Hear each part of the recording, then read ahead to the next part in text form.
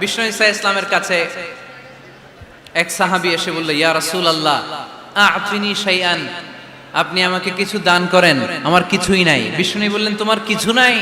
সাহাবী বললেন, ইয়া রাসূলুল্লাহ ঘরে আমার শুধু দুইটি জিনিস আছে। কয়টা?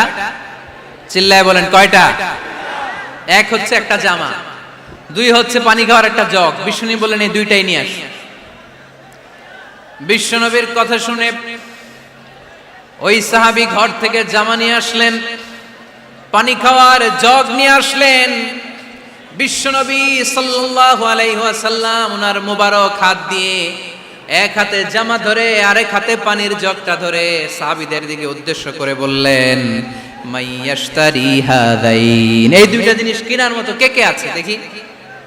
কয়েকজন হাত তুললো। বিশ্বনবী বললেন, কত দিয়ে কিনবা?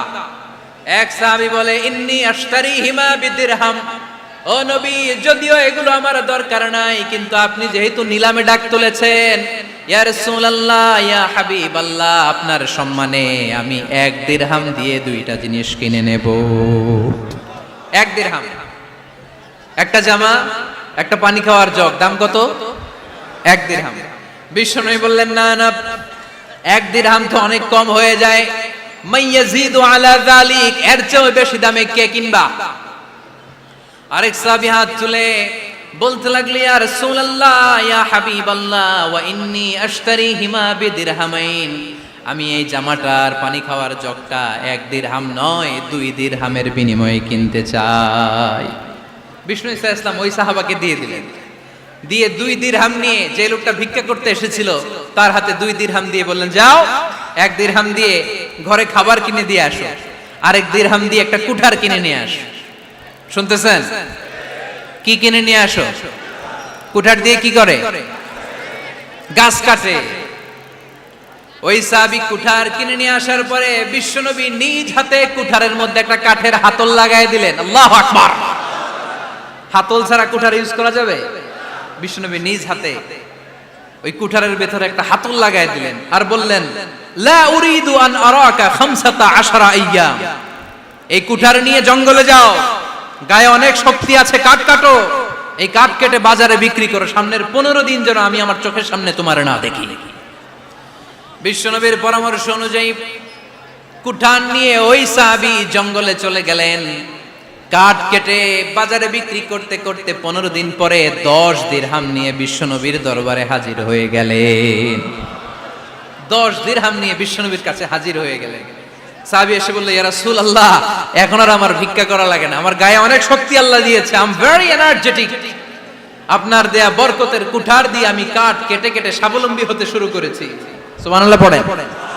আমি এখন 10 দিরহামের মালিক। বিশ্বনবী বললেন, লা আইয়াহতাতিবা আহাদুকুম হুজমাতান আলা যাহরিহি খায়রুম মিন আইয়াসআলা শাইআন ফায়ু'তিয়াহু আও ইয়ামনাহু, যাদের গায়ে শক্তি আছে তারা ভিক্ষা না করে কাঠ কেটে পিঠে সেই বোঝা নিয়ে বাজারে বিক্রি করা অনেক ভালো, কারণ কারো কাছে যদি তুমি হাত পাতো সে দিতেও পারে নাও দিতে পারে, আর কষ্ট করলে কষ্ট কোনোদিন বৃথা যায় না। চিল্লায় বলেন ঠিক কিনা?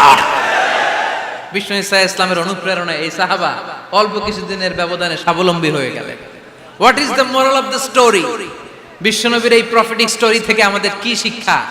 লেসন নাম্বার 1, বিশ্বনবী চাইলেই ওই 2 দিরহাম দিয়ে বলতে পারতো, যাও খাবার দাবার কিনে ফ্যামিলিতে দিয়ে আসো। সে ওই 2 দিরহাম নিয়ে খাবার দাবার কিনে ফ্যামিলিকে খাইয়ে রাত্রে আবার ভিক্ষায় নামতো।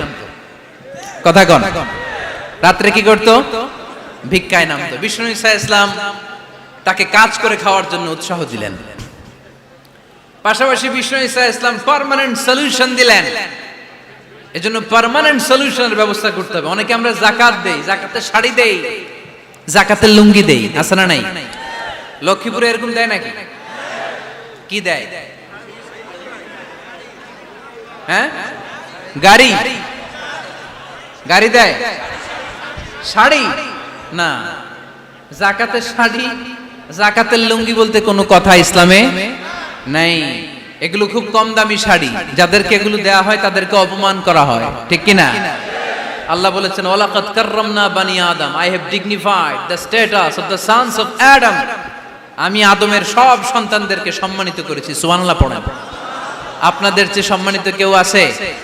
মানুষের চেয়ে সম্মানিত গোটা বিশ্বে আর কোনো মাখলুকাত আছে নাই। এজন্য যাকাতের শাড়ি দেয়া যাবে না, যাকাতের লুঙ্গি দেয়া যাবে না। যাকাতের শাড়ি আপনারা দেখছেন, এটারে একবার ধোয়ার পরে দ্বিতীয়বার পরা যায় না।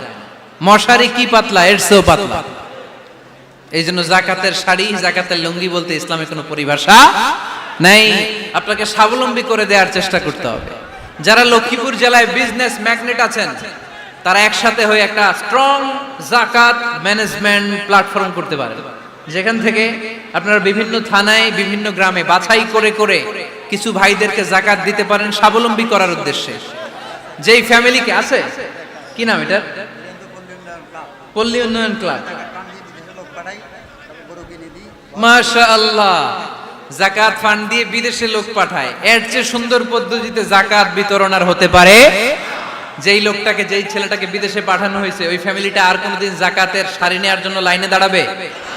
যেই ছেলেটাকে ওনারা অস্ট্রেলিয়ান গাভী কিনে দিছে, দুধ বিক্রি করে যেই ফ্যামিলিটা স্বাবলম্বী হতে শুরু করেছে, তারা আর কোনোদিন যাকাতের লাইনে যেয়ে দাঁড়াবে?